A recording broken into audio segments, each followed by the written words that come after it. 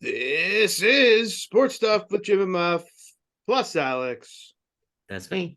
And Nate / Sam. Woo! We got a lot of stuff. It is. We got pluses and ands and all of the things. Today is Monday, October 10th. We are deep into football season now, everyone. Deep in it. Deep, folks. We got a lot of football to talk about in college and NFL world. There's baseball playoffs going on, in case you didn't know. Yeah, okay. NHL's about to start. That's true. Also, no crickets. Good. I'm excited for it. Yeah. I'd rather baseball be the start than anything else. What? I'm hockey. I mean, I'd rather hockey be ready to start than Thank you. Baseball. Sorry, I miss. Yeah. I was thinking to say I would rather hockey than baseball. Yes. Yeah, I got you. I got your back. Okay, thank you for correcting me, not letting me out in the world like that. Jeez. We're continuing the promotion, the train to get to 100 YouTube subscribers by the end of this month. I think we have a chance. We've seen some movement this week, so thanks to everybody for sharing, telling a friend, doing all of the things. Members of the Loyal Listener Club, if you are not subscribed yet, what are you doing with your life? Remember, it's tell a friend, make a friend, be a friend. And there will be prizes on the other side of this 100 subscribers, but only if we get there by the end of this month. Oh, yeah. And then we'll have to set a new goal. We're designing a shirt. Shirts are going to be designed. That could be a prize, I guess. Ooh. We're doing things. Is Harper and Company part of this operation? Could be. That's for you to know if you become a subscriber. Harper and Company. I was going to do that. I was letting you do it. I wanted to.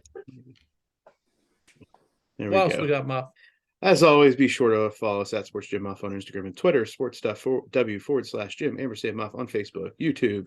Subscribe, comment, rate, review, tickle, poke, like, retweet, share, comment. Get the bell on.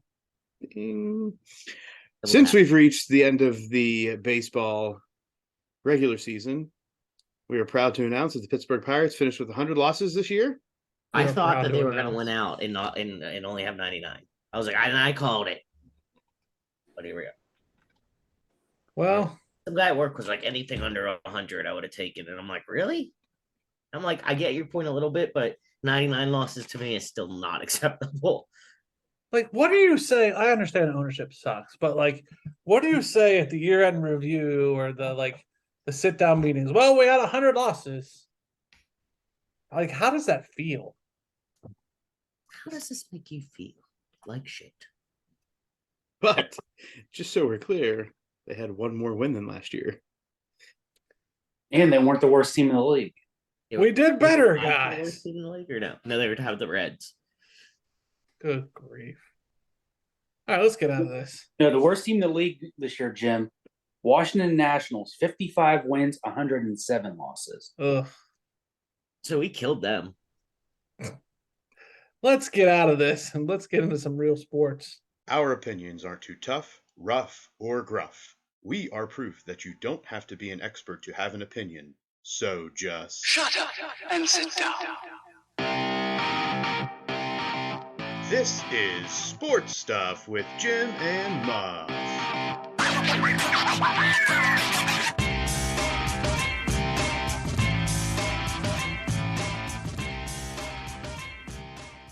This brings us into NFL Week 5. Yep. Yes. This is NFL Week 5 and the NFL breakdown. Starting on Thursday Night Football, Colts versus Broncos. This game featured 7 field goals, a dozen punts, 25 third down stops, 4 interceptions, and 6 fumbles, none of which were recovered by the opposing defense. Let's ride Wilson through 2 interceptions, but also apparently has a lat issue. Is it a lat issue? Yeah. Heck. Okay. Is it a peck or a lat? I saw lat. He's broke. He's not full. Matt Ryan threw for 2 interceptions as well because, well, that's what he does. But the Colts come out on top, 12-9. That game really helped put me to sleep Thursday night. Yeah, I didn't even try to stay up. It was Yeah. like the last game I can think of that would be like comparable to that was whenever that snow. Remember that snow game? And it was like it was last season. I don't remember who was playing, but at least it was snowing. So like the weather. Yeah, I made was gonna say, like the weather made it good. This Yeah. is just crap. Yeah, this was just terrible. People were requesting Amazon Prime refunds. I would. I didn't get it for free. Right. Yeah, didn't get it for free. Is where's the Broncos situation going? Russ not playing very well, but obviously injured. So is he going to get a free pass for the season, or is this one of those like better turn around, bud? I think they're tanking like the Jets. What? To get who? Who knows? Russ's replacement. Right. I don't know. You paid him all that money. You're expecting to win right now. Yeah. Okay, if so, my question, I guess, is Russ just not a good quarterback? Like, I feel like at one point in time when he was in Seattle, we're like, Russell Wilson's a serviceable quarterback.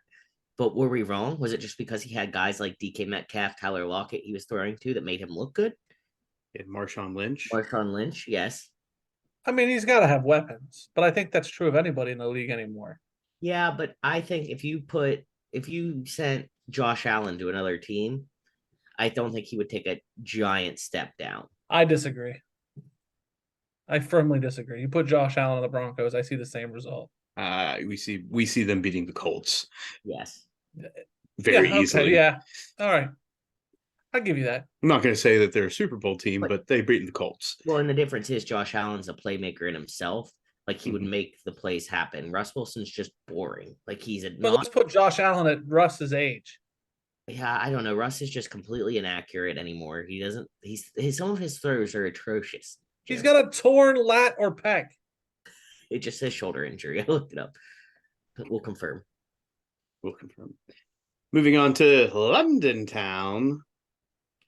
Giants versus Packers. The Packers jump out early, but Daniel Jones and Saquon Barkley, because I was correct, rally back. Giants have 3 rushing touchdowns in this one by 3 different players, but Saquon Barkley is the guy carrying the load with 13 carries, 70 yards with his touchdowns and receiving yards. The Giants win 27-22. How are we feeling about the Giants and Brian Dabble? And what are our thoughts on the Packers moving forward? Giants, I believe, are legitimate contenders, as much as that's weird to say. Packers, hot take, the issue is Aaron Rodgers. Now, when you say contenders for the Giants, you mean contenders for the division? Yeah, division. Don't get crazy. I'm not totally sold yet. Hot take, as in boiling take, that the issue is Aaron Rodgers, because I need some support for this opinion, Jim. Did you hear what he said and how he's breaking down his receivers for the game? He's like, you know who I'm going to throw to today, and he picks a new hot receiver he's going to throw to. He's kind of loopy. I don't even know if loopy's the right word. He's kind of eclectic, and he's letting it come out in his play. I'm still not sure where the support of this is. He's not the reason the Packers lost today. I don't think that he's in sync with any receiver. And I know we're going to go, well, the receivers are suck. He doesn't have his weapons. He doesn't have his number 1 unit receiver, the all-star. I get it. But I don't feel like he's gelling with his receiving core. And I think he doesn't necessarily, he's not working at it. I've seen some major improvements over the first week when they lost. They won 3 straight games, then lost this game in London. So I'm going to vehemently disagree, and that there has been a lot of growth with the young receiving core and bringing in Randall Cobb. So agree to disagree, Jim. Okay. Thoughts from the peanut gallery? I think more than are the Packers not that great right now is, are the Giants good? I think they're okay. Not great, but it's like I'm used to like making fun of the Giants, and now I'm like, wow, I actually have some faith in them. I think Saquon Barkley being healthy makes obviously all the difference in the world, but they just all around kind of look like a decent team. How long does he stay healthy? Because in that first drive, he kind of was hurting. He hurt his foot a little bit. How long does he stay healthy? They're hoping for the majority of the season, but you would never know. Next, the Lions taking on the Patriots. Patriots in their throwbacks. Beat up on the Lions in this one behind Bailey Zappi, making his first career start for the Patriots. Is the third string quarterback. Patriots win 29-0. Jared Goff played like an absolute dog pisser instead of a dog. And we have a scary moment in this game, Jim. Yeah, defensive back, I'm going to botch his name, Savion Smith, was carted off the field following a collision in the first quarter. There was a lot of that this weekend, and I'm going to talk about it in the Beanbag Bop, but Beanbag Drop. Coach Dan Campbell says Smith has use of his motor functions and expected to make the team flight. So he's okay, but he got not just carted, ambulanced out of that place. So definitely scary. Definitely a scary moment. Not the only one over the weekend. No, Dan Campbell says this is the lowest that the Lions can be. As that's not true, Dan. I'm gonna ask Alex, who Alex had them in the Super Bowl. Alex, does it only go up from here? This was a minor setback for a major comeback. Okay. Chargers, Browns. Wait. I'm going to make my official statement, and I should probably wait till the Wednesday show, but I'm off the Lions now. I'm sorry. I'm on them. I'm sorry. They've broken me. Mm. This is the end.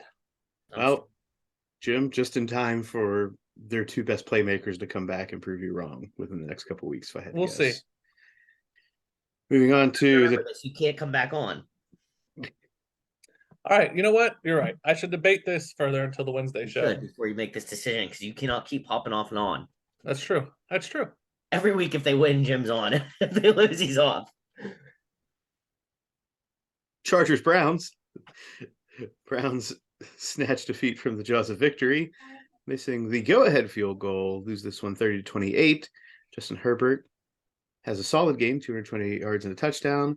Jacoby Brissett tossed for 230 yards and a touchdown, but a late interception almost sealed their fate until the kicker did that for them later. Nick Chubb, another grand game for the Browns. I think he had 2 touchdowns. Yes. Yeah. Yeah. Jim, how you feeling about the Chargers? They get a win over the Browns, who you've said Jacoby Brissett is a dog poo quarterback. So he almost lost him the game. He almost lost him the game the same way he did the week before. The Chargers tried to give it back to them in only Charger typical fashion. That coach is a moron for the Chargers.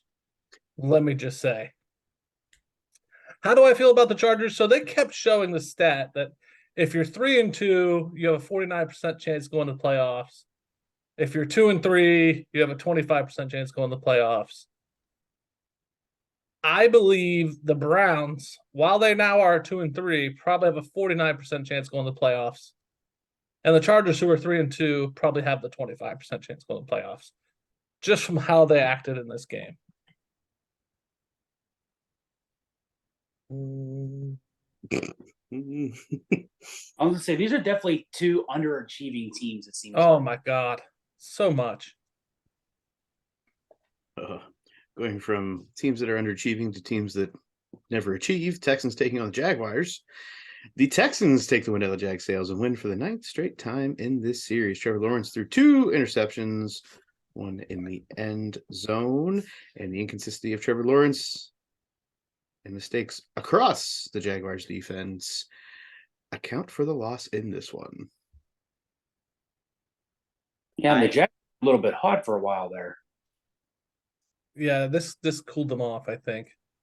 And now you have people saying Trevor Lawrence is not all that, and this is the chink in his armor, and he's got inconsistencies, and you can't count on him for nothing. And now they're going to blame Trevor Lawrence. And while that's maybe true, I love how Jacksonville can turn on a dime on people.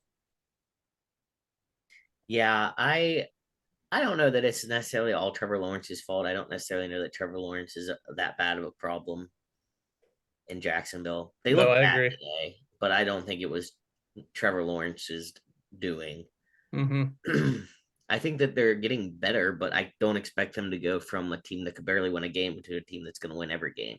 Now losing to the Texans in their first win, it's not a good look, but it's a rivalry. I mean, there's emotions there, and Yeah, why is it a rivalry? they're just in conference. Divisional game. They had All right. like the same thing with like the Steelers and like the Bengals. Except for those games usually mean more in the standings. Exactly. Well, yeah. Next, we have the Falcons taking on Nate's Bucks. Tom Brady's never lost to the Atlanta Falcons and kept up with that trend today, thanks to a solid game and some timely assistance from the officiating crew. Nate, Tom Brady throws for 350 yards, 35 of 52. Bucks win 21-15. Nate, thoughts on your Bucks today? I was checking scores in between Pee Wee games or whatever. Once I saw they're up 21-0, I thought this was done and over. And then I didn't get to see anything but the very little bit of highlights. But I saw where on the Falcons' second touchdown, they converted a 2-point conversion. Why in the world are they going for 2 points there to make it 21-15? Hey, ref, I don't even give a shit about that. Let's talk about the roughing the passer call that Tommy asked for. Listen, I mean, even in the Pee Wee games, you have kids begging for calls. So I mean, do they get them? No, I just laugh. But Tommy does. Yeah, that was not a roughing the passer Thank call. you. That's what I needed. That's what I needed. You know what I love about Nate? He's freaking honest. Well, You listen to this show, ladies and gentlemen. We have an honest ref. Well, and like we've said before, if it's gonna be roughing the passer, what in that play? What was rough about it? Thank you. That it was on Tom Brady and not someone else. We found the answer, everyone. Now, for the record, if you're a new listener, the Bucks are our refs team. That they're Nate's team. Nate was very honest and fair in how he delivered that. Probably more than I could be. So if you want to hear an honest referee's opinion, come to Sports Stuff with Jim and Muff. Oh, and furthermore on that, I saw watching the NBC pregame show, they were talking about it, and Dungy went back and showed a clip of this official calling roughing the passer on Josh Allen last week. That wasn't roughing the passer. Mm-hmm. And Allen, same thing, sitting on his ass, points to the ref, and here comes the flag. It's a bit much. He's getting paid off. Kick him off the tour, Doug. Yeah, if you're going to keep calling stuff like that, whenever you know that guy's coming into town, you better just lay off it all and not even breathe on him. Mm-hmm. That's it. Steelers versus Bills next. Josh Allen absolutely destroys the Steelers in this game, throwing for 4 touchdowns in the first half, along with over 300 yards in the first half. I think it was over 300. I don't understand, Muff. I'm going to call your shit out. And I haven't even been drinking. I made the notes for this game. I feel like I did it justice. Was not Steelers, Yinzer's hate. And you can't even read the note. I was nice. I think I got the point across. I'll do it. I got the point across. Yeah, but it was nice. And next time I'm going to talk shit. Because I thought, you know what? I'm going to be nice here. And you couldn't even let me be nice. Jim, would you like to read the note? Yes. Josh ahead, Allen Jim. picked apart a flimsy, injury-depleted Steelers secondary by throwing 4 touchdown passes in the first half alone. Pickett finished 34 of 52 for 327 yards and an interception in taking over the starting job from Mitch Trubisky. Bills put in Case Keenum for mop-up duty. Steelers lost 38-3. So I think of note, a stat line is Gabriel Davis, 3 catches for 171 yards and 2 touchdowns. 3 catches. including a 98-yarder Yes. on the third play of the game. Yes. That sounds like a stat from that Kansas City playoff game. Mhm. Wild to read. You know what I mean? Like, oh, 3. It was like his average was like 54 yards or whatever. Wild to read stat line. Remind me of the running back one, and I won't say the team once we get to the college talk. So my other question is, do we think that maybe the Steelers have a chance to move in the right direction with Kenny Pickett? He had 327 yards. It's much better than any of Mitch Trubisky's performances, and it was against the Bills, who's a very good team. Yes. I'm not saying that, it's going to be immediate, but I felt, and I was still annoyed. I'm more annoyed with the offensive coordinator at this point. I think he needs to go. But I think that just seeing Kenny Pickett, I'm like, okay, all right. I didn't fear for our future. All right, Matt Canada does need to go as the offensive coordinator. Put that very simply.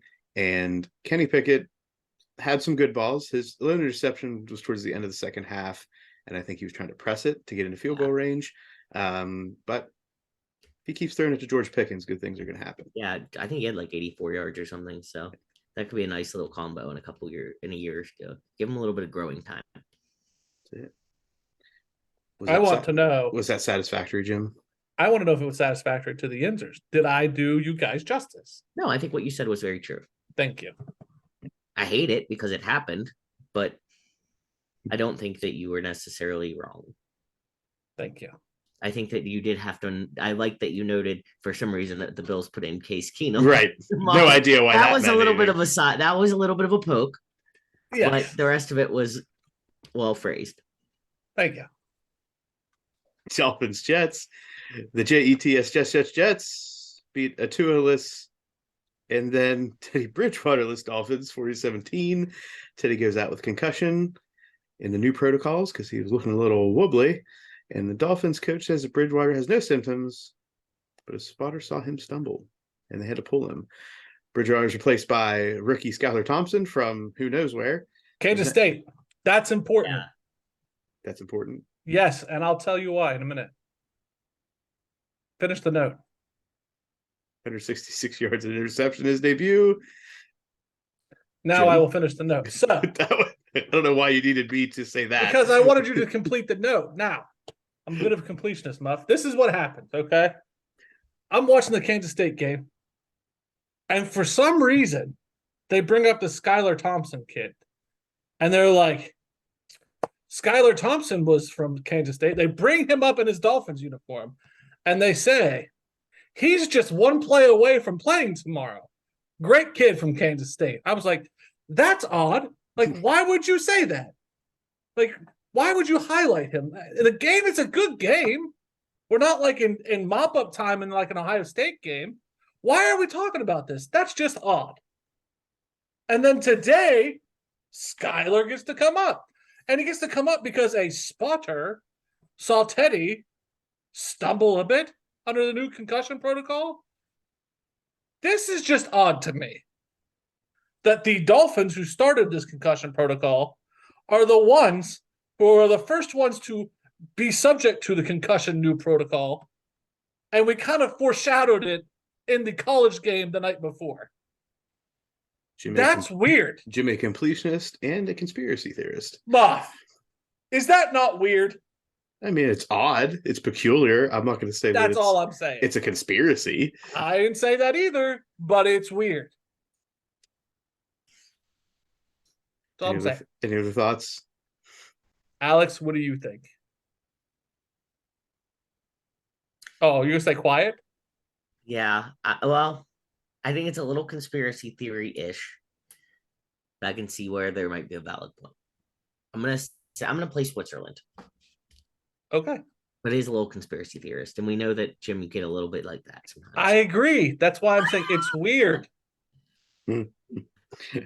Bears Vikings. Vikings almost let the Bears sneak away with this one after taking an early lead. The Vikings trailing late in the game, but Kirk Cousins and the skill players a la Dalvin Cook, Justin Jefferson pull it out in the end.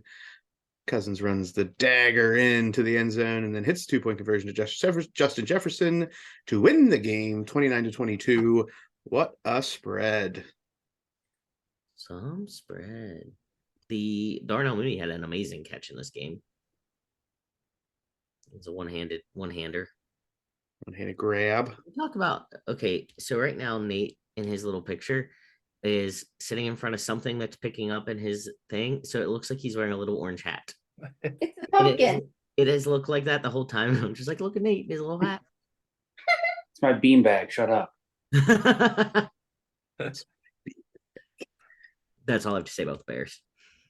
Yeah, me too. Okay. Next, we have Titans taking on the Commanders. Bum, ba-dum, bum, bum, bum, bum. Even Brian Robertson Jr. returning to this game after his gunshot wound during the preseason can't let the Commanders get up for this one, depending on Carson Wentz to lead them to victory, which has never been a key to success.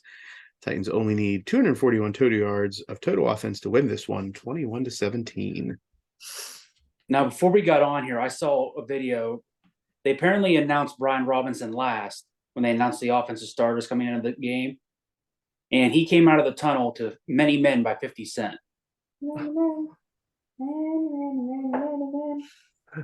Thank you. Kudos to him. Yep. Is he one of our guys now? No, No, I is can't that one of our condone guys? that. I can't condone that behavior. Like to play 50 Cent. I mean, it's kind of funny though. It's funny, but that doesn't make you one of our guys. Okay. Well, 50 Cent. I love 50 Cent. Seahawks taking on the Saints. Taysom Hill does it all for the Saints in a high-scoring affair, throwing a touchdown and rushing for 3, while the Seahawks stay competitive and put up points another week. Geno Smith continuing to lead the ship, but not to victories, as the Seahawks lose to the Saints 39-32. Is Geno Smith a guy? He looked pretty good today, Jim. A guy or our guy? You gotta clarify this. Like a guy. Like, is he like going to be a good, like, is he a starting quarterback in the NFL? Obviously. He's mean- better than Jacoby Brissett. That's what I mean. There are several people that I think that Geno Smith looks better than. Yes, I He agree with made some that. good, like, plays today, smart decisions, and like athletic, like step up in the pocket and throw, and like he just looks good. I'm excited about it. I think he's better than Baker. I think he's better than Jacoby Brissett. So yeah, That's better what I than mean. Russ right now. Yeah, that's what I mean. Like, I think the Seahawks won when they got rid of Russ. Yeah, they did good there. I'm just really proud of them. Alex is proud of the WU product.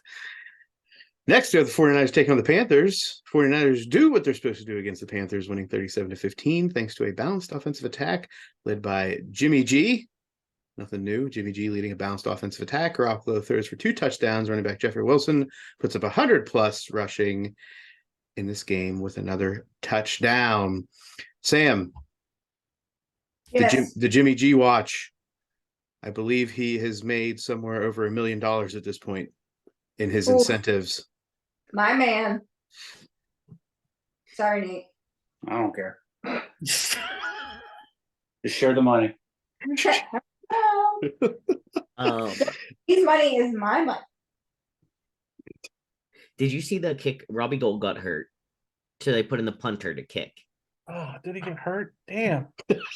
And so this guy has like this long scruffy hair that comes out. His name's like Wishanowski or something.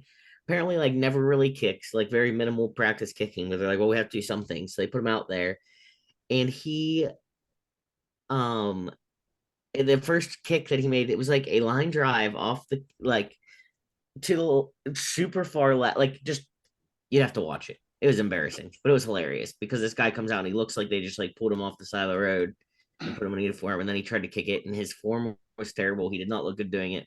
It looked like one of those halftime student kicks. Hey, he Poor did the guy. best he could. Yeah, did at least he was 1 for 2. Yeah, he did make an extra point, and everyone, his whole team, like went crazy for him. It was awesome. I was like, that's hilarious. It's worth All it. right. It's worth a look. Worth a Google. Eagles Cardinals, the EAGLES Eagles You all right, Muff? stay undefeated thanks to two Jalen Hurts touchdown rushes, taking the Cardinals out 20-17, setting the stage for their big matchup next week against the Cowboys for control of the NFC Beast, and a possible return of Dak Prescott coming in this one. See, we need to get Random Guru Wilk in here to see if he was on the Cooper Rush train. Hold, please. I'll text him. Uh-oh. Might get a real look into that one. The Eagles looking like a team, and I'm They're gonna the only say undefeated team. that I'm just gonna stay away from Cardinals stuff now. I think Call of Duty's come out. Oh, I and agree. It's time to stay away from the Cardinals and betting. Are we worried about the Eagles peaking too early? I Maybe. mean, yes, maybe slightly, but have they peaked, or are they just playing that well and there's room for improvement? Like, it's not like they don't blew know. out the Cardinals. If you would have told me the Eagles would start off 5-0 and be the only undefeated team, I would have said you're a big ass liar. Whoa. I would have also agreed, but they are. So you got to think that once they get in division, they're going to get beat up a little bit in that division, right? Because you've got two other strong teams. Now, if they go through the first games in division and win all of them, yes, I would say they're peaking too early, and something's going to fall out before the end of the year. Yeah, and like you said, that sets up next week. That's a big matchup for both teams. So, is that happen to be like the Monday night or Sunday night game next week by chance? Alex, Recon? Hold, please. It is the Sunday night game next week Ooh. in Philly. Ooh. You won't be watching it. Says who? And shit got real in Nate's house. All right, So, next. Go ahead. I'm just saying, who's the starting quarterback? They've hinted that Dak Prescott may be ready, but they have not said anything. But if Dak Prescott's ready, do you put Dak Prescott in over Cooper Rush, who's 3-0? That's up to Jerry Jones, and you damn well know it. Well, and he really likes Cooper Rush. For now.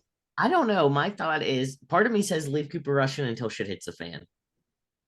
Dak, I mean, he's good, but when was the last time he really, I feel like he usually is a letdown. And this guy's rolling. That's my thought. I'm with Alex. Let him roll, but once Dak is fully healthy, he's in. Yeah. There's no way he's not starting once he's fully healthy. And the last game of the afternoon slate, Cowboys versus Rams. Early special teams issues let the Cowboys jump out to an early lead, which they never relinquish, as Cooper Rush improves to 3-0 this season in relief duty of the injured Dak Prescott. The boys win. I think we've already said it might be time to panic a little bit if I'm a Ram. Yeah. Yeah, a little bit. You're uncomfortable. Yeah.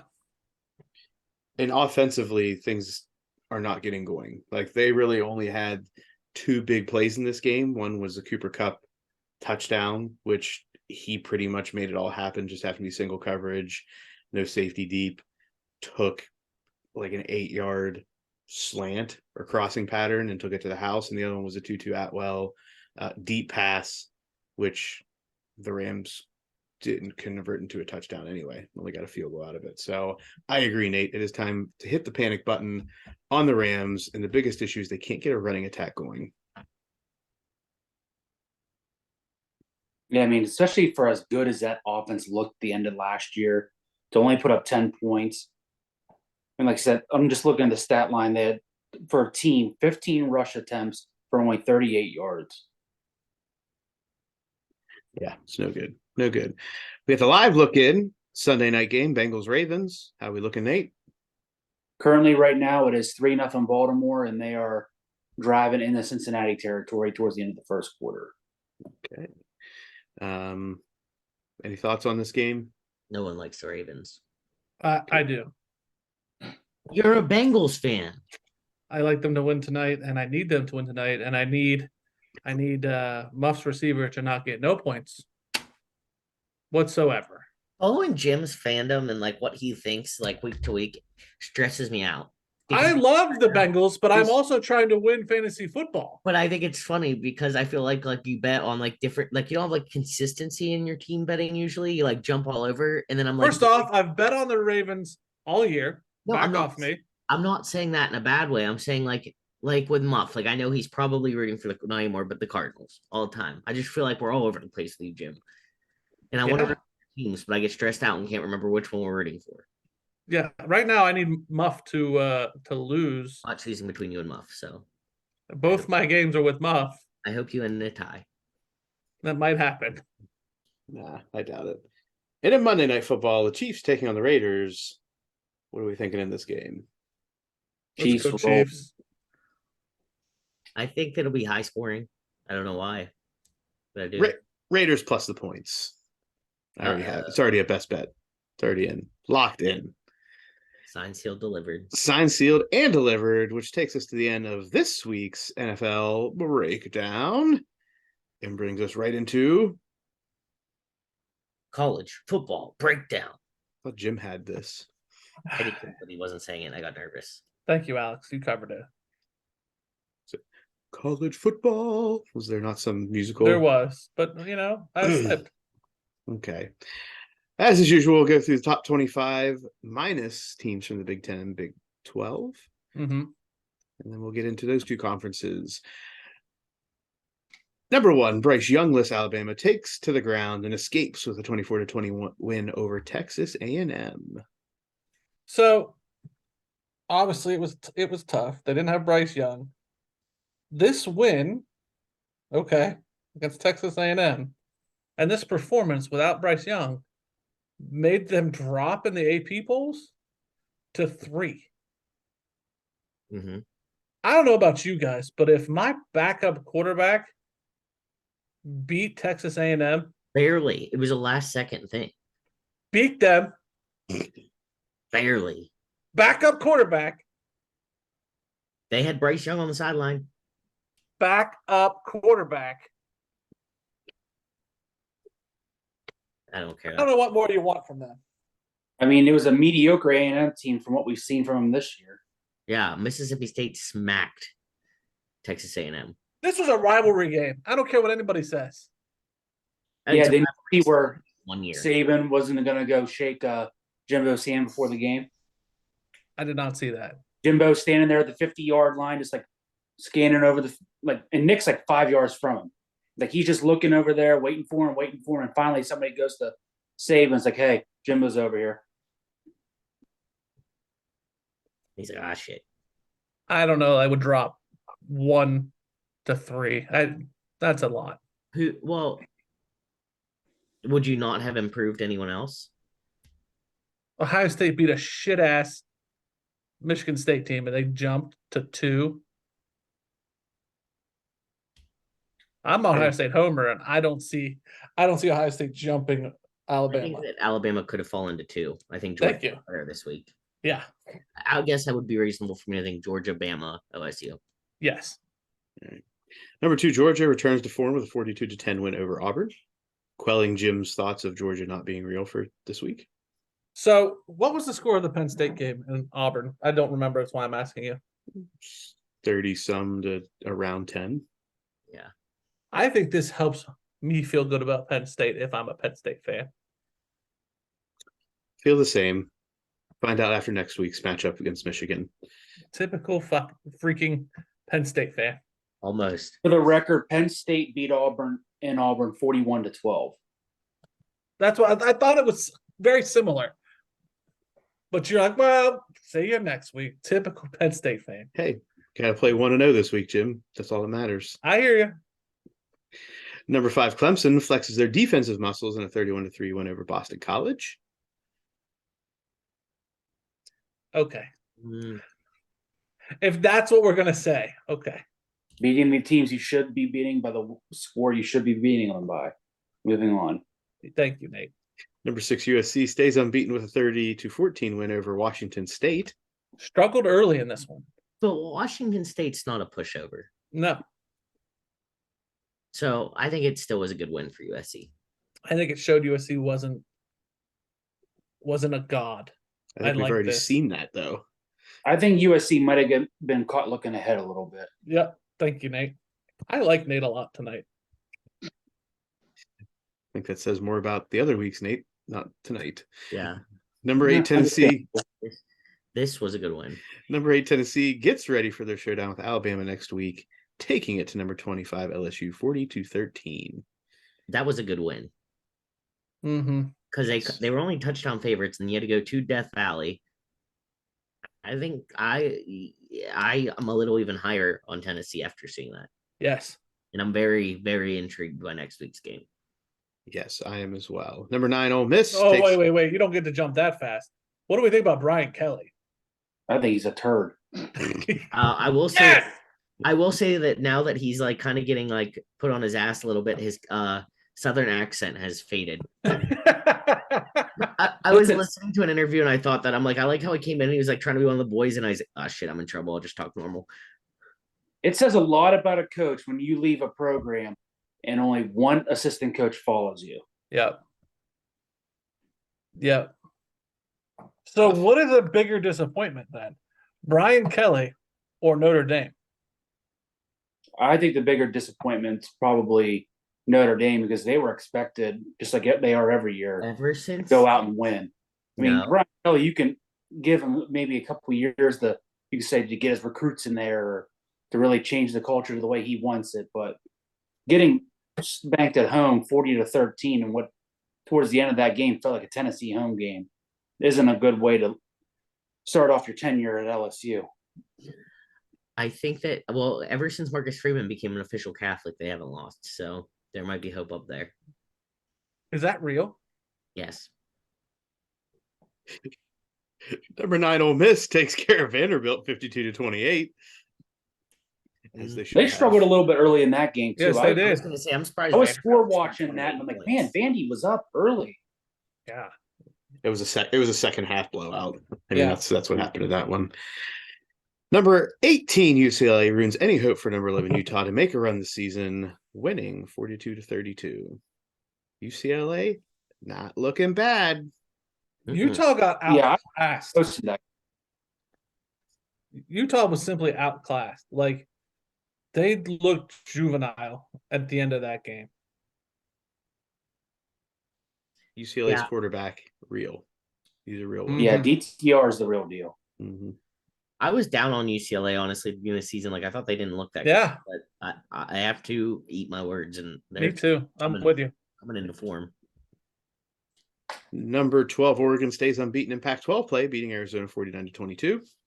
That was a good win for Oregon. Oregon needs wins like that because that's the only chance of them having like a little bit of a run, because after that opening weekend Yeah. trouncing. Number 13, Kentucky loses their second game in a row, this time to unranked South Carolina 24-14. Yeah. Well, their quarterback wasn't playing. Will Levis. Yeah. So were you saying that this was because it was a backup?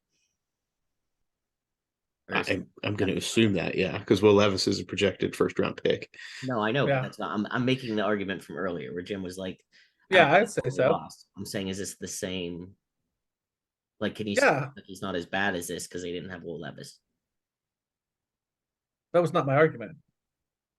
If you go in and win with your backup, that's pretty good. If you lose with your backup, that's expected. Now, I still think that's a game Kentucky should have expected to win. I agree.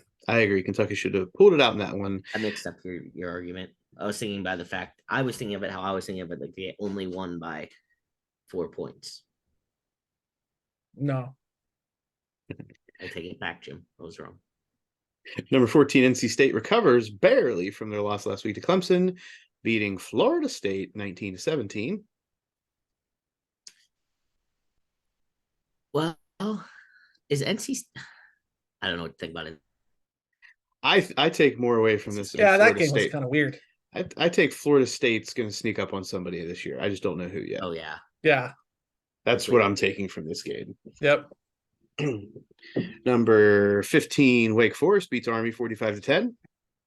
Okay. that was a good win for Wake. It was a win. I don't know. I think they took care of their business. Fair enough. Number 16, BYU can't defeat the luck of the Irish, losing to Notre Dame 28-20. Back to Alex's statement of Since Marcus Freeman became an official Catholic, they haven't lost. Anumini Patri, et Fili, Espiritu Santi. Muff, as a quote unquote official Catholic, do you think they handed him an official Catholic card? Like, does he have it in his wallet? Well, I don't know what the rules are. How do you become a Catholic? Well, we don't have time for that in this show. I am guessing that he was confirmed. If we're going to get into the details, I just want to know if he carries a membership card. That's all I want to know.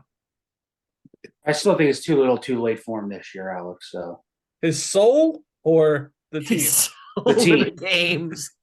it's never too late for his soul, Jim. Never too late for his soul. You're getting very deep on here on sports stuff with Jim and Muff. Just like you, Jim, it's never too late for your soul. Thank you, Muff. You redheaded bastard. Arizona State finds a way to get back on the winning track, taking down number 21 Washington 45-38. And in my mind, the most surprising upset of the weekend. yeah, I would second that. I mean, Washington looked so good the first 3 weeks, and then, or really even the first 4, and now they've can kind of just kiss their Pac-12 hopes goodbye too. Yeah, they flushed it. Yeah, number 23 Mississippi State gets a big win over Arkansas 40-17. Is Mississippi State good? They ain't bad. They're good, but that doesn't prove it. No, they're good. They're They good do because too. Michael Leach doesn't really like coffee.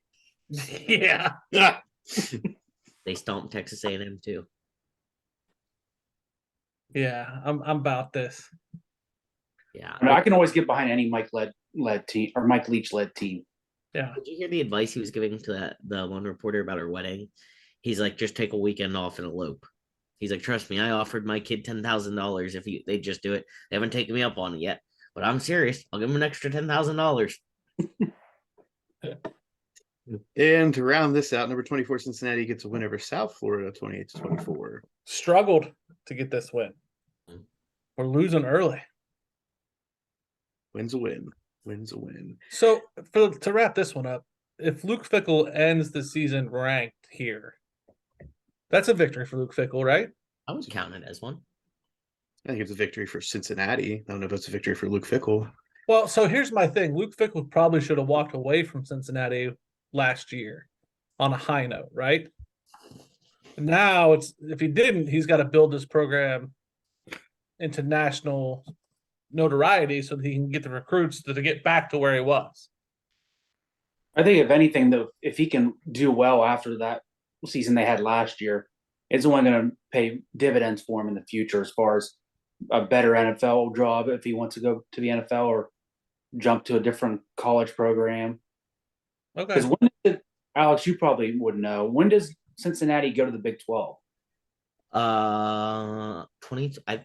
Is it next year too? Whenever Texas and Oklahoma leave. I thought that was 24. Everybody goes in 24. Okay. So we got this season, the next, and then so in 2 years. Mm-hmm. All right. That's what I was looking for.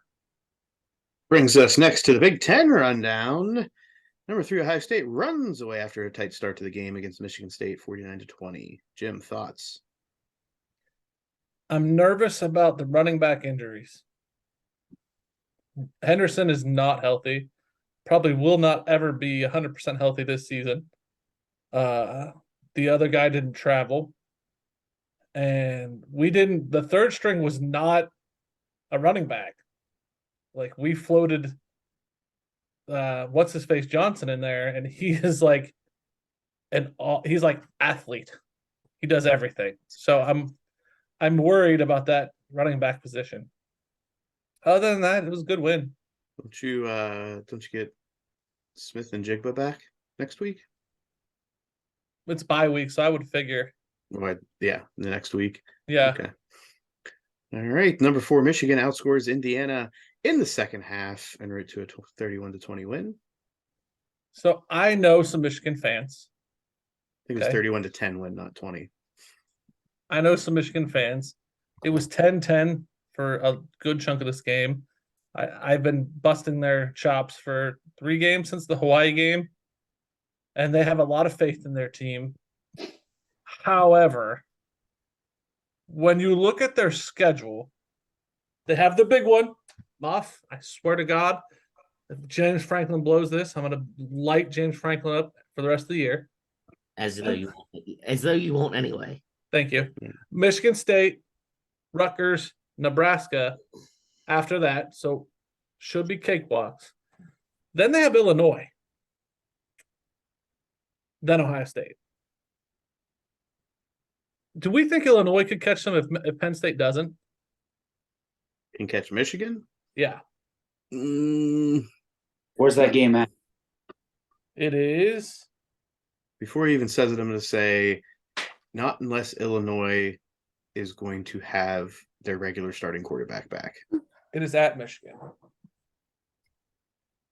No, not Illinois, unless their starting quarterback is back, and then it is a hope.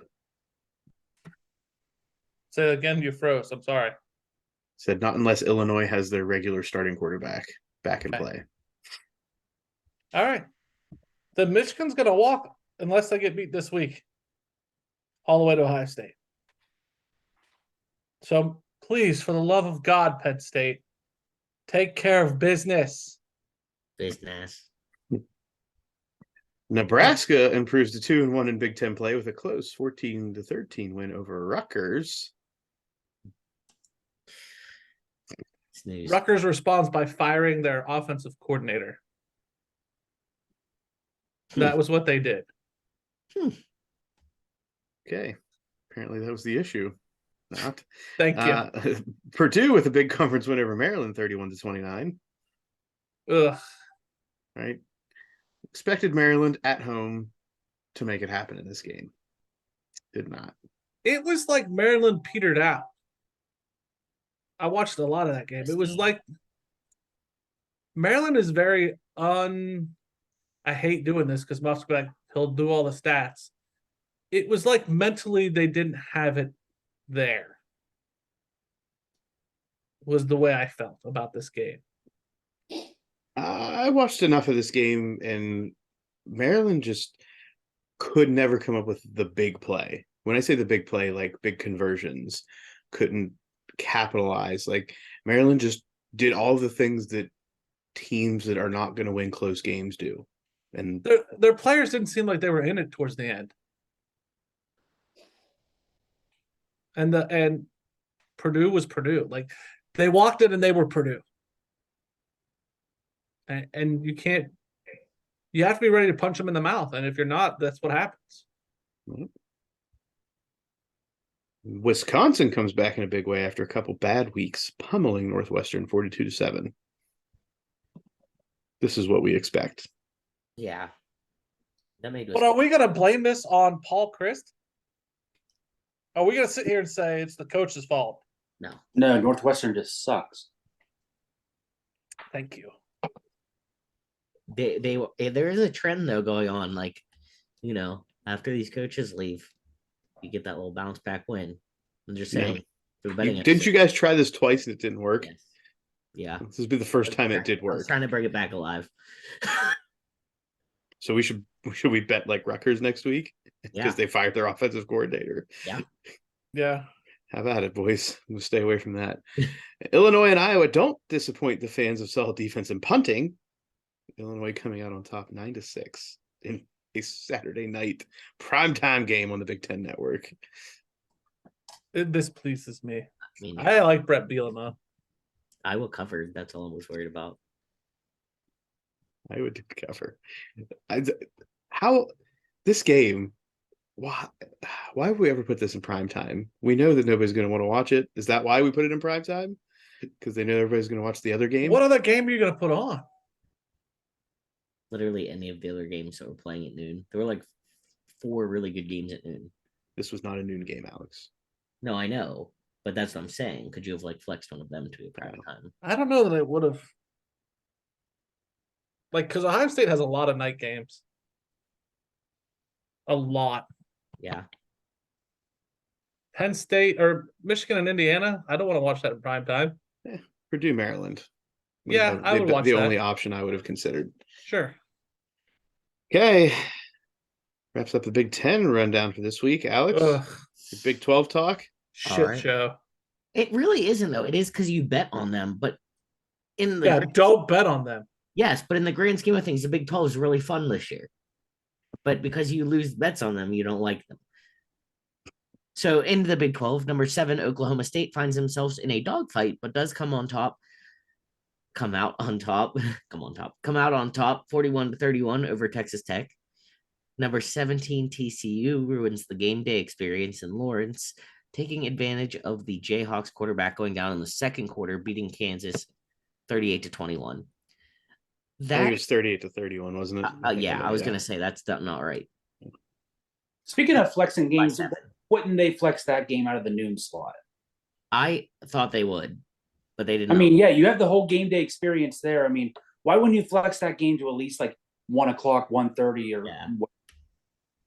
You know what? I give Kansas credit though, because even though they had lost, TCU is a very good team.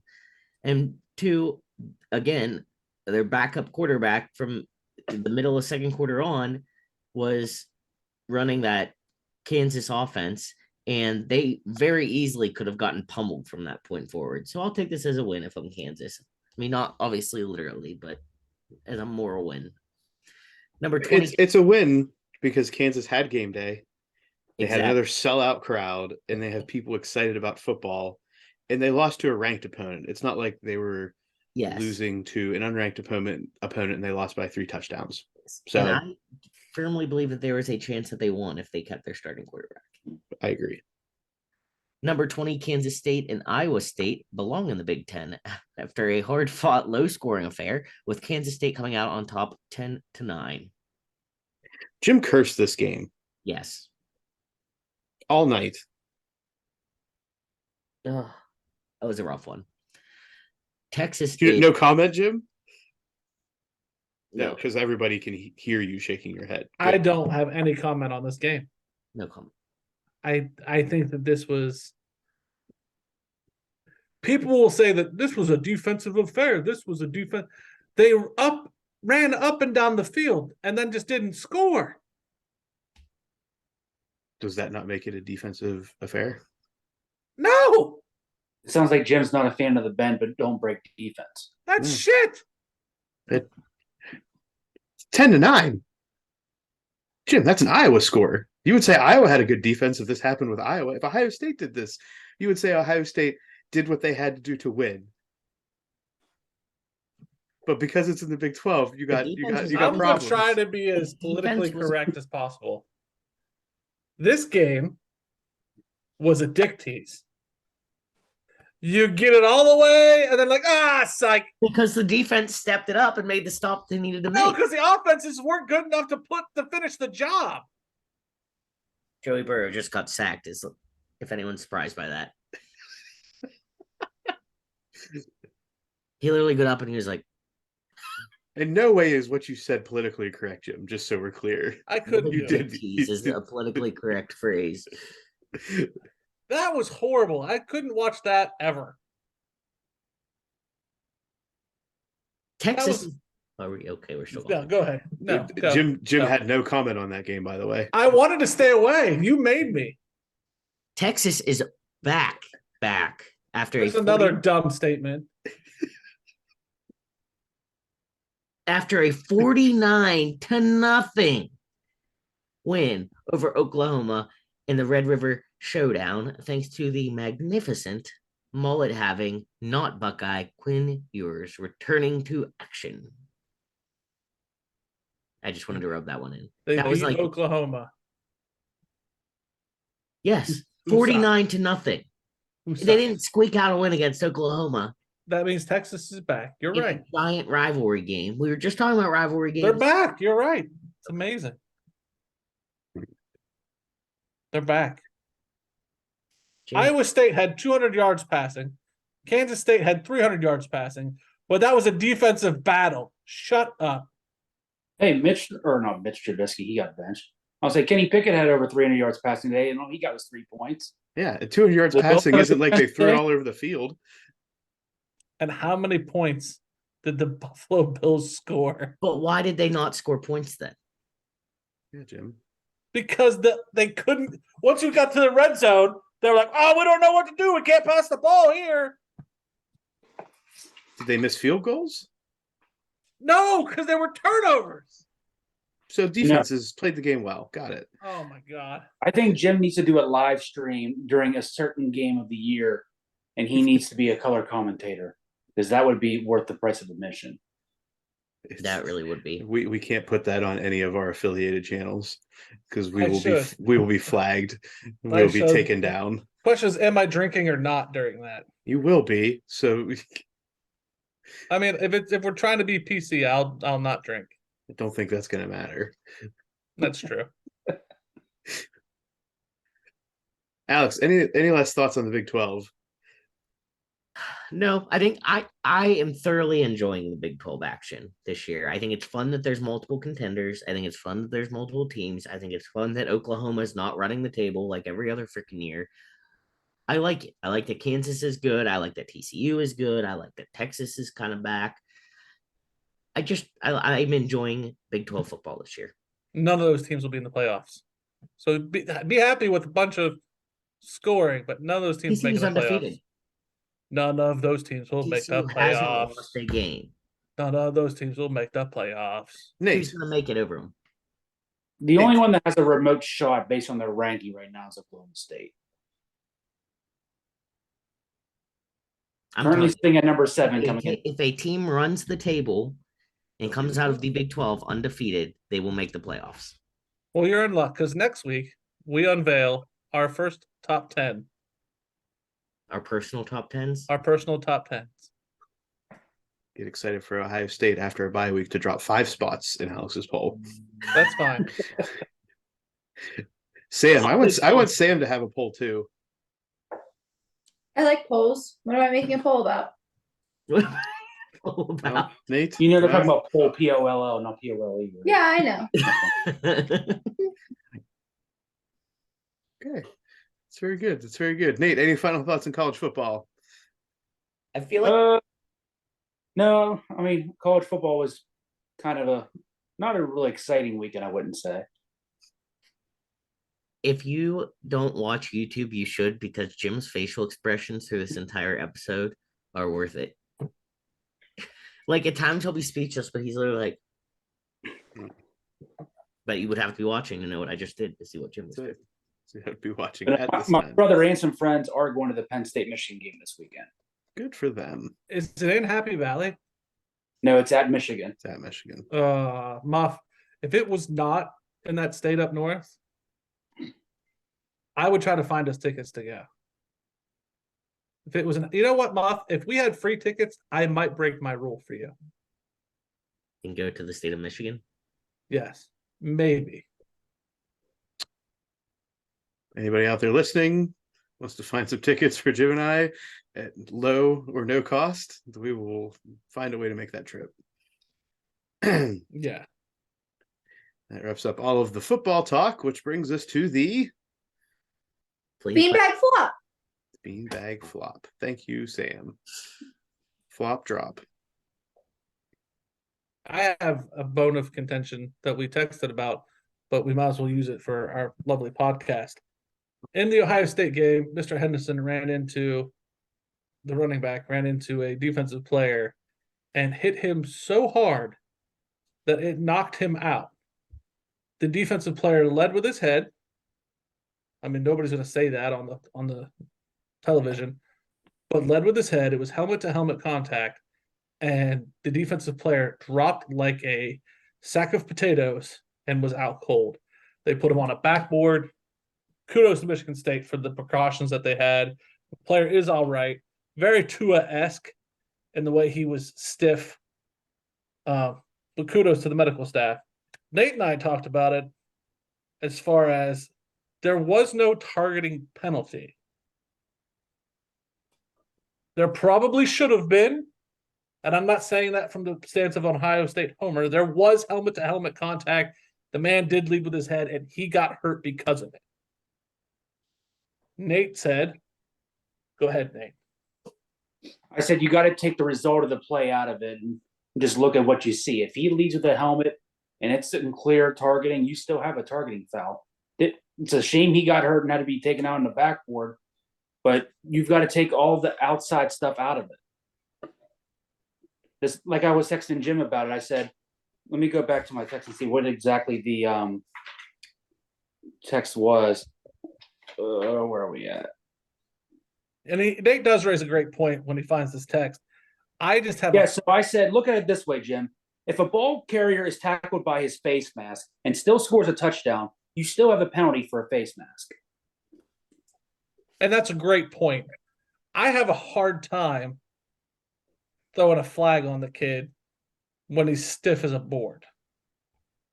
I think it proves to you that he led with his head because Correct. he got the injury. I think there's inconclusive evidence at that point. That Yeah.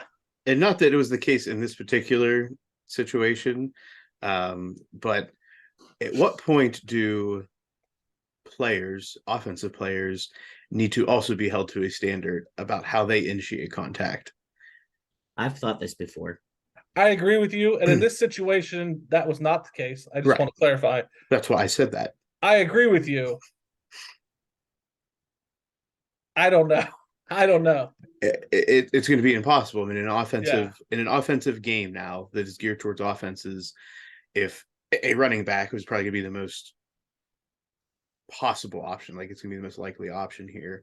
A running back's going through a pile or going to fight for a couple extra yards and is just going at full speed and lowers his head.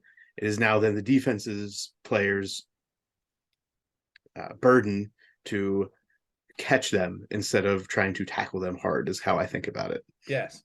And that's a great point in that let's take this situation with the Michigan State player. He led with his head, blah, blah, blah, went out cold. If Henderson had lowered his head a little bit more and the Michigan State tried to, in your words, catch the guy, he would have probably taken a knee to Henderson's head. And Henderson would have been. And so do we flag Henderson for tucking and being a bowling ball? As I'm saying, we're never going to look at A it. single person call targeting on an offensive player carrying the ball. But I mean, it doesn't say anything in the rules that it has to be a defensive player. Yeah. But I don't know if anybody's really gonna really have it in them to say, I'm gonna call targeting here on the runner. I'm gonna move on from this point because Nate, I love your letter of the rule and I agree with you in premise, but I don't know that I could do it. My next point, in that same game, the officials were calling hands to the face on both the defensive and offensive lines a lot. Mm-hmm. And does it happen where you get into, I don't know if it's a rut or into a rhythm where you continue to see something, so you keep calling it, something that you don't usually call? Yeah, you would think after you call it the first couple times they would get the hint. But I mean, that's just like today in the Pee Wee game. There was a kid that got called for a block in the back on like almost 2 out of 3 plays in a row. And they just don't get the drift. It's like no matter how many times you tell them, like, hey, don't put your hand on the hot stove, it's going to burn you. They're going to go, oh, what's that? Ow. Oh, okay. So there are games where that happens multiple times. Yeah, kids they see blood or they see a number, they don't stop and think, wait, is that the back number or is that the front number? And like we tell kids, especially the younger age, if you can't see his face mask, don't touch him. Like, especially on long run plays, like there's no chance in hell this kid's going to get tackled and he's running down the sideline. And you got a kid that's going to go and just take a cheap shot on another kid that's 40 yards away from the play. Like, I've even heard coaches yell, and I have to laugh every time I hear it. Don't touch anybody. Tackle football. Gotcha. That's a winning strategy. Yeah. Those are my 2 questions from the weekend. Yeah, mine was just tagging on to the first one about the offensive runner. Alex, do you see anything interesting in any games that require really. some? I was trying to remember, and I should have there was a blocked punt in the game today, and the punter got taken out. But there's no penalty. Like, it was obvious that there was some kind of contact because the punter flipped over. Are you allowed to touch them? Like, if you're Yeah, the blocking- punter is still a runner until the point that he kicks the ball. So if he's coming back to kick it and putting his leg up to kick it and you hit him, I always thought that was running into the punter and you were in trouble. But this, maybe he just got spooked because the ball was coming back down pretty quick, but it almost was one of those like basically caught it off his foot things. That doesn't Yeah, matter if it's blocked. Yeah, once the kick's blocked, he just turns into another defender. So if you hit him at that point, it's Mm-hmm. I mean, you can look at the punter the same way as you do the quarterback, or technically the passer, because it doesn't have to be the quarterback. Is the passer doesn't get the protection of roughing until the ball is thrown. Same thing with the punter. He does not get the protection until the ball is kicked. okay. And then you were saying running into the punter. You're usually going to get running into, if you physically run into him or you hit the kicking leg, you're not going to get roughing until it's like something completely late and unnecessary, or you hit the plant leg. I was gonna say that, but I know the plant leg's a big thing. Huh. Okay. That was my only thing today I thought about punting rules. Nate, I really appreciate you coming on every week for this stuff. This is good stuff. Oh, I love it. Sam, any snippet from Sam this week? Anything exciting? Well, Nate is kicking my ass majorly in fantasy football. Sorry, not sorry. I had high hopes that I was going to do really well and beat him, but looking right now, it's a very, very, very, very slim chance that I'll actually make a comeback. So I guess those 4 quarterbacks are not doing me any good. No, Right. you should Sorry. probably let go of those. I did let one go. Who was that? Who did I let go? I think Mitch. Yeah, Mitch went. No, you either got rid of Mitch or you got rid of Mac. I think it was Mitch. Better idea than Mac at this point. She looked at all her pictures and was like, that one's least cute. He has to go. Yeah, basically. We should give out a best looking team award. Mm-hmm. It's probably mine, honestly. Well, okay. Fair enough. That wraps up this week's rendition of the Beanbag Flop. All of our football talk. Thanks again, Nate and Sam, for joining us. Tune in next week to hear more on the football stuff. This is Mount Massive. You know, like, "Hee-hoo." All right. If you're following along on our social media, you know that we put out a schedule of the rest of the year's Mount Massives. This week's topic is the top 5 college mascots. If you want to put your list to us, well, you might be a contestant on Mount Massive. But this week we're going to start with Alex. Alex, what are your top 5 college mascots? Okay. So I have coming in at number 5, Aubie the Tiger at Auburn. Only because I've met him personally. Okay, I'll give you a pass then, because I was really going to bust up on you. Yeah, no, I've met him personally and he's very good. And the kids down there freaking love Aubie. Like, live for Aubie. So I like how he's very like active. So that's why he made the list. Otto the Orange, because I think it's funny that someone has a mascot of a fruit. Number 3, Handsome Dan, the Bulldog from Yale. Primarily only like him because his name is Handsome Dan. Ralphie, the Buffalo from Colorado. And the easy number 1 choice here is the Mountaineer from West Virginia University. Honorable mention. Dartmouth has a keg as their mascot, named Keggy the Keg. But if you look it up, some places say their mascot is, and some says the unofficial mascot, or else he would have been my number 2. So I left him an honorable mention. But worth noting that Dartmouth, of all the places, Keggy the Keg. Let's go to Muff. I like that. I like Keggy the Keg. Thank you. All right. Number 5, I have the Penn State Nittany Lion. Obviously, Nittany Lion had to be on here at 5. At number 4, I have the Leprechaun representing the Fighting Irish of Notre Dame, or the Irish. Just an iconic mascot. At number 3, and this is very much current topic relevance, Cosmo the Cougar from BYU. Number 1, has gone viral a few different times. Most recently for doing push-ups and progressively going up onto folding tables. Yeah, So if like any jumping ones. right. Cosmo the Cougar also, I think last year went viral as part of a halftime or an in between, like at a TV timeout dance session. So Cosmo the Cougar, very socially relevant and doing big things. To me, kind of like Benny the Bull, the Benny the Bull of college football right now.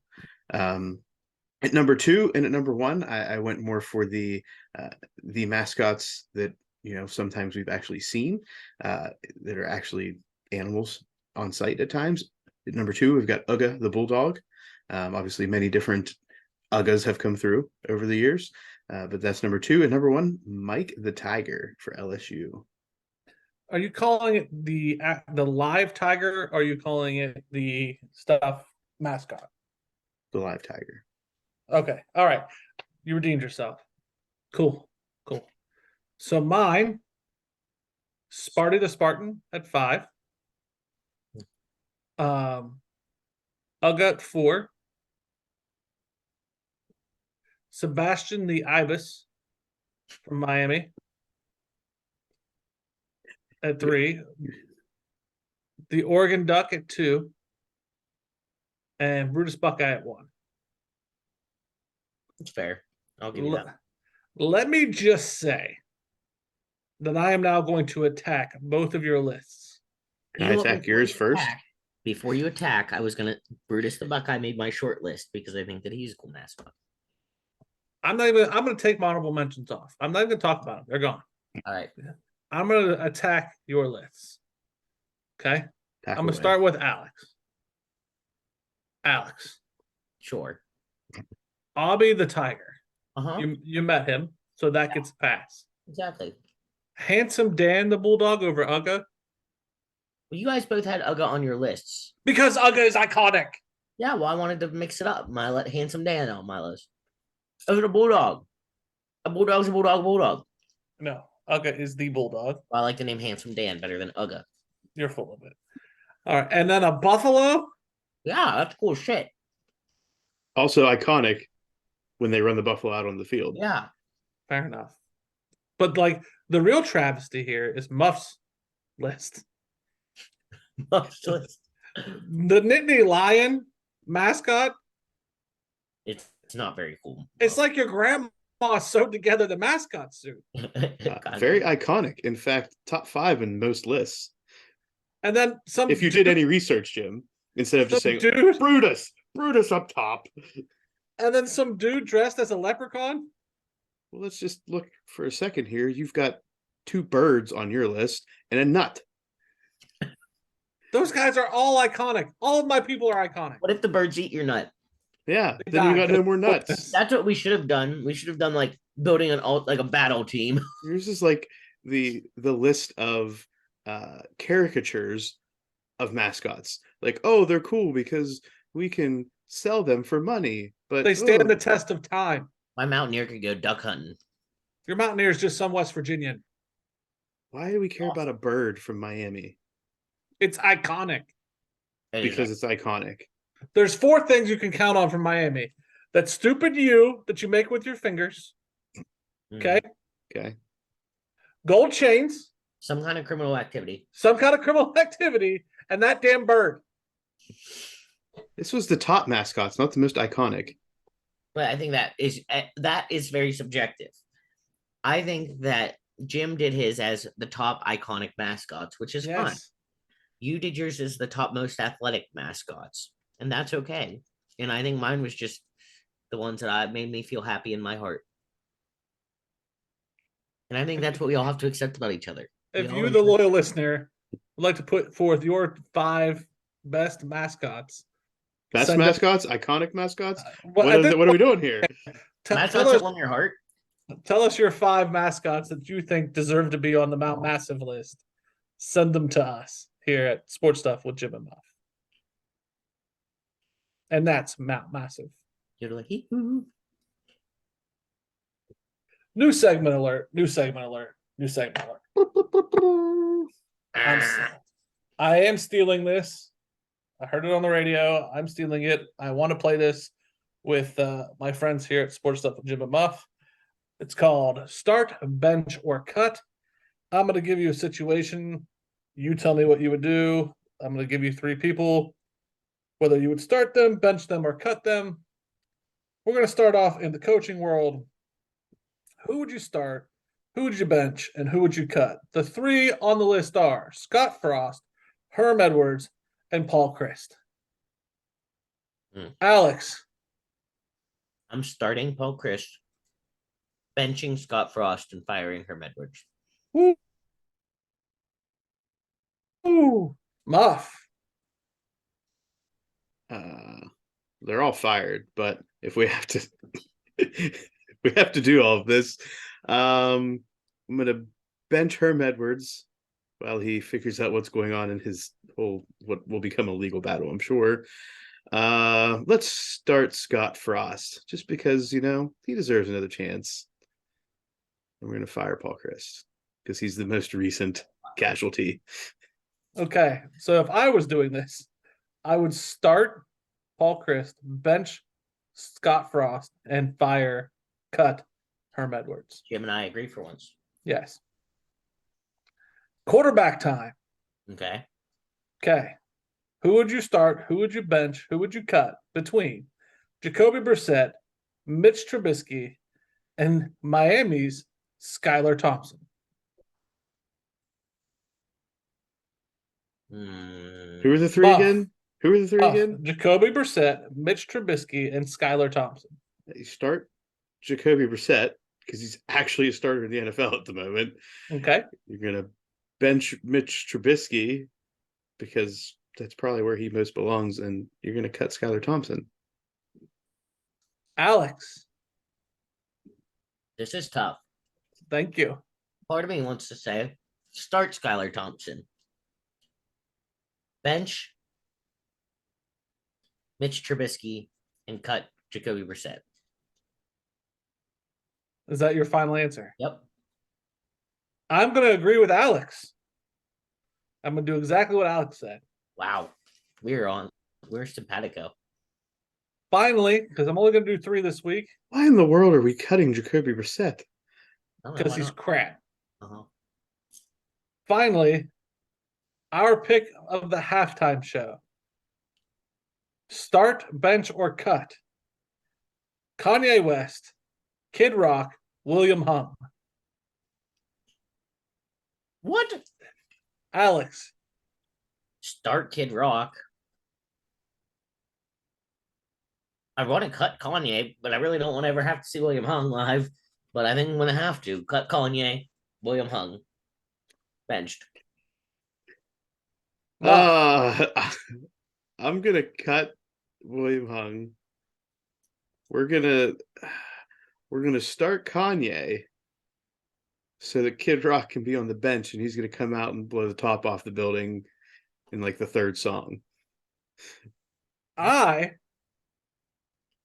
am going to start William Hung, bench Kanye, and cut Kid Rock. What? Why are you starting William Hung? That's what I'm going to do. Did you not like Kid Rock in concert when you went to see him? Kid Rock's gone off the rails, man. That's fair. If I have to listen to one of their musics, he would be the one I would want to listen to. I understand. And that is the start, bench, and cut segment. If you would like to throw any of these at us, hit us up on the social medias. Next week, we'll have a whole nother outline list. And that's that segment. We need an intro for it. This is Quick Thoughts. Hello, everybody. Welcome to this week's edition of Quick Thoughts. Keeping with our football theme, the NFL and the NFLPA agreed to updates in the concussion protocols over the weekend in the wake of Tua Tagovailoa's issues over the past few weeks. Updates include language addressing abnormality of balance and stability, adding to the league's protocol list of symptoms that would keep a player from returning to action. Reports on Tua indicated that he was not exhibiting any abnormal issues related to head trauma, but rather a back injury was the issue being addressed after he stumbled off the field a couple weeks ago. One terminology change includes taking out gross motor instability with the word ataxia. That basically means walking funny. Will these changes truly benefit players, or is this just a necessary move to giving Tua's high-profile case? Jim.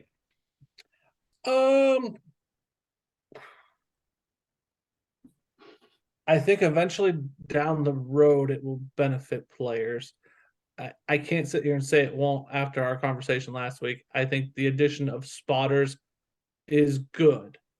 I think the addition of spotters where somebody is hypersensitive and they go, well, he looked like he was stumbling, pull him out of the game for the game, is not necessarily good. So they need to work out the kinks. I think once they get the kinks ironed out, it'll be okay. Muff, what say you? One, I don't think spotters are new. I think spotters have been around for a bit, so I'm not going to say that spotters are new. Then they need to get rid of the ones they had before. Well, the spotters, we're talking about the college world. The spotters are a little bit more, I think, necessary, just because there aren't as many people on the sidelines when you're looking at the medical staff, in my mind, as far as in that. So I think it's more necessary in college.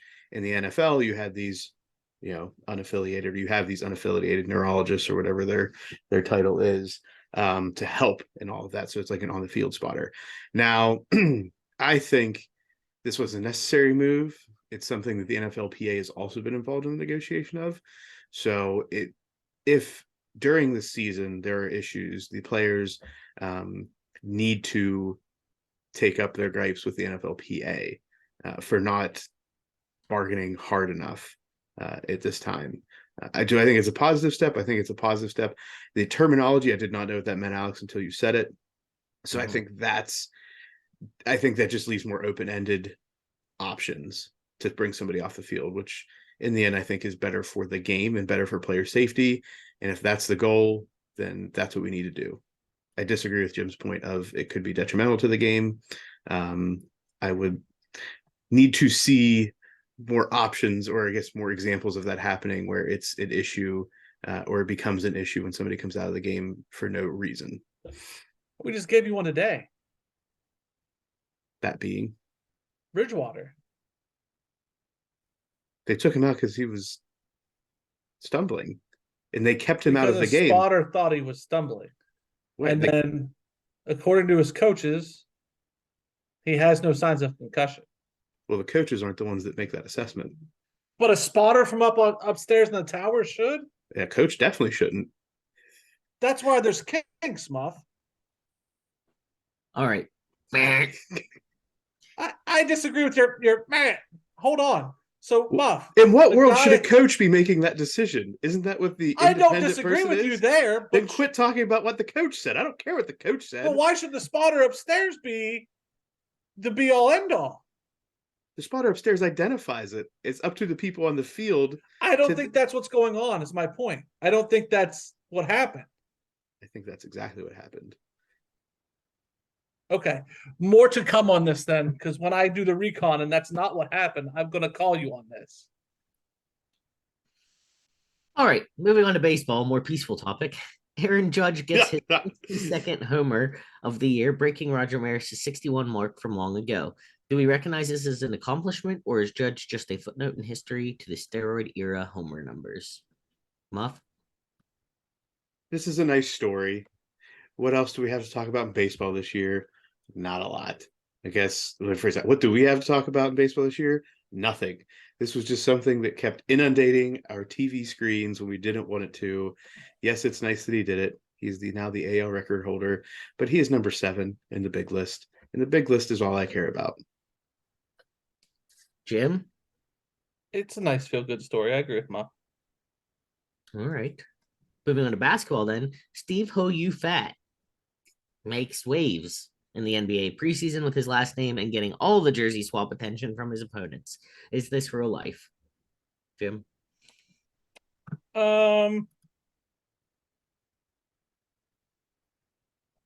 Sure. Is his name really Ho You Fat, or is it like Ho You Fa? And we're just saying Ho You Fat. It's basketball.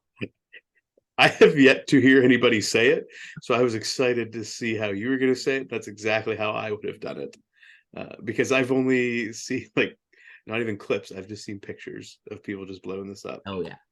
I And I don't know if this is this man's given name. I really don't know. well, it's like Young Hui Koo, the kicker for the Falcons. It's really spelled Young Ho. Right. It'll be interesting. We'll see how it goes. Draymond Green taking some time away from the Warriors after punching teammate Jordan Poole in practice, saying, I was wrong. And Curry putting rumors to bed that Poole had had a bad attitude at campus, sharing that it's absolute BS. What is going on with Draymond? Muff? So Draymond, usually finds his way to the news for a whole lot of things. He's an outspoken individual. He takes up, I think, worthy causes, and many times this is an absolute huge blemish, I think, on his reputation. Steph Curry has already come out and addressed people saying that it was the BS, right? And saying no, it's not a bad attitude, not a problem within the team. That's BS. In what world in the workplace can you go punch a man for apparently not a good enough reason in the eyes of anybody else, and it be something we're going to handle internally? Everybody, Draymond, take a few days off. We're going to figure this out, buddy. Like, it leaked. People are saying they're upset because this leaked and somebody should be addressed for the leaking the tape. Should we also be addressing and trying to fire the people that leaked Bobby Knight's tape, if that's how this is going to go? Hey, I think there needs to be more done to Draymond than an internal thing. Obviously, Jordan Poole would have to press charges, but if people, in my mind, if the people are saying whoever leaked the tape should be, somehow addressed formally for doing this, like, that's something we need to figure out. Like, that's wrong. If somebody loses their job or gets reprimanded for leaking this tape, whenever $100 million athlete can go punch one of his teammates, and we're just going to kind of sweep it under the rug. Jim? Draymond Green should be fired. He needs to be handled. Draymond Green's an idiot. There was no reason to do what he did. To Muff's point about the person who leaked the tape being, I don't necessarily agree with you. I understand your analogy about Bobby Knight. There are two different, that's higher education versus a corporation. The corporation probably owns that tape, and by leaking it, you have no rights to release that information to the press legally. There's the rub. I think morally and ethically you do. I agree with you, and there might be some whistleblower coverage there, but the owner of the tape has the rights to that tape in that situation. My only rub there with you, Muff. Extreme example. Yes. To go back, I still want to back up to the NFL. It's still not clear what the ruling was. Bridgewater got the no-go signal from the spotter and was pulled out from the game. He was evaluated. He was ruled okay. But, and this is debate, and this is several news articles, the debate is because of what's that new word they used, Alex? Ataxia. Because that ataxia label was given to him, that might be why he wasn't allowed out, and the spotter's the one who gave it to him. So, and that's one news article says that's why he wasn't allowed out. The other article says the evaluation gave him the ataxia. So it's still debated. Who gave him the no-fly, the spotter or the protocol? So I'm still calling this a draw until it shakes out. Okay. Carry on. All right. We're off the rails with this quick thoughts. I also want to comment on this NBA thing. I said something similar before. In what world do we work in where if I walked in one day and like my buddy pissed me off at work and I just punched him in the face, my boss would just be like, go home and cool off for a few days? Okay, I understand that. Again, Green should be fired, but Yeah, Poole no. also, like from the leaked tape, Poole also did his own shoving. Well, yeah, no, and that's fine. But if I got okay, if me and a coworker got in a fight at the hospital, we would both be fired. And that's my point. So what's I'm just saying it's Poole's such a fake consequences? world. It's just a fake world that they live in. Yes. All right, moving on. Brittany Griner's wife shared that Griner is at the absolute weakest moment in her life right now, awaiting the outcome of her Russian trial. Where is the public now, and should we be hearing more about this?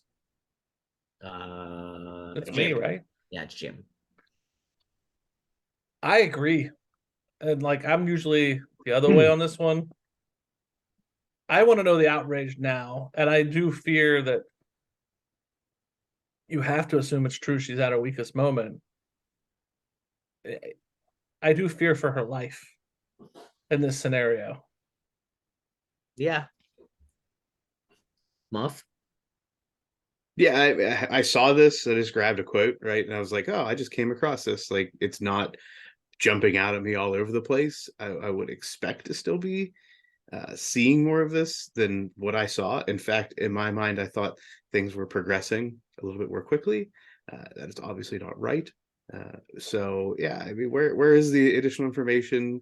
Where are the people speaking out?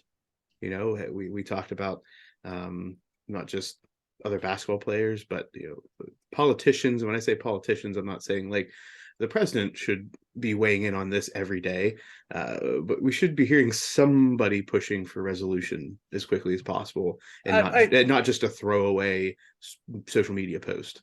I think tactically their hands are somewhat tied when we start bringing in nuclear weapons. Like nuclear weapons, Brittany Griner priorities. I understand, but it's still a human life, an American human life. We do need to shed light on this and get our person out of there. But that's tough. Yeah. Well, and this is totally off the rails, and I will say this not because I am fully in agreement of it, but then there's like this whole other opinion of why are we as a country fighting so hard to get Brittany Griner out for this whenever we have so many people in our own prisons for marijuana related crimes that may not be violent related at all. Well, Mr. Biden is walking that back as well, according to his announcement. So right. I don't know. Right. That was safe. All right. Apparently we're going to go back to baseball because there are two topic categories, MLB and baseball. Baseball. The MLB postseason, we'll speak with the editor. Don't worry. MLB postseason is in full swing with the wild card, with the Guardians advancing thanks to a 15th inning walk-off home run on Saturday. The Phillies take the first two games to advance against the Cardinals. The Mariners are advancing thanks to a huge over the Blue Jays, and the Mets and Padres are squaring off as we record to earn the last spot in the first round. Over under on 2 games being watched by Jim and or Muff during this postseason. Take the over, folks. Over. I'm gonna take the under. Padres are winning 6-0 in the 9th inning, so they're about to move on. There you go. Here's the thing: if the Guardians make it, you're pretty good at the over. But if not, then it's probably not. Yeah, take the under. The NHL, the season starts this week with the first games on Tuesday. Anything we're excited about on the ice with this season starting? Vegas and Columbus. Pittsburgh. No. I'm not excited at all. Hockey does not start for me until February. Yeah. It looks like basketball starts after Christmas. No, basketball is going to start after Christmas for me. That's when people say it starts. I still don't think it starts then. It starts when football's over and yeah, watch other sports. Yeah, and then I'm still probably watching more hockey than basketball. Has Until it gets anybody to college basketball. has anybody seen the whole? And I know like we're a sports show, so we should be a lot better at this. But has anybody seen the whole TV coverage breakdown of what's going to happen to sports next year? No, why? So like, where are we watching hockey at? If you have to watch hockey, where are we watching the Big Ten? Where are we? It's like there's a whole network shift that we haven't talked about. And where are we watching sports in 2023? Like NASCAR, NHL, Well, the we're Big not Ten. So Okay, I understand that, but like all of the channels that you typically would watch them on are all kind of reversing. Hmm. I'll talk about that next week. Put Okay. that on my to-do list. copy. Start sit bench or whatever that is. Yeah. Yeah. Cut. ESPN, Fox Sports. All right. Soccer. Alex, just so we're clear on this, I don't know how deep you want to get into these notes on this particular topic. Well, I'm going in. So, Okay. all right. The Portland Thorns president of soccer, Gavin Wilkinson, and president of business, Mike Golub, are relieved of their duties with the NWSL League team. Timeline of issues in Portland to follow. 2015. Thorns player Maina Shim, who had confided in teammate Alex Morgan about alleged abuse, filed a sexual harassment complaint against Riley to the Thorns front office on September 16th, 2015. Jesus. The Thorns investigated and determined that Riley violated several team policies, firing him with cause.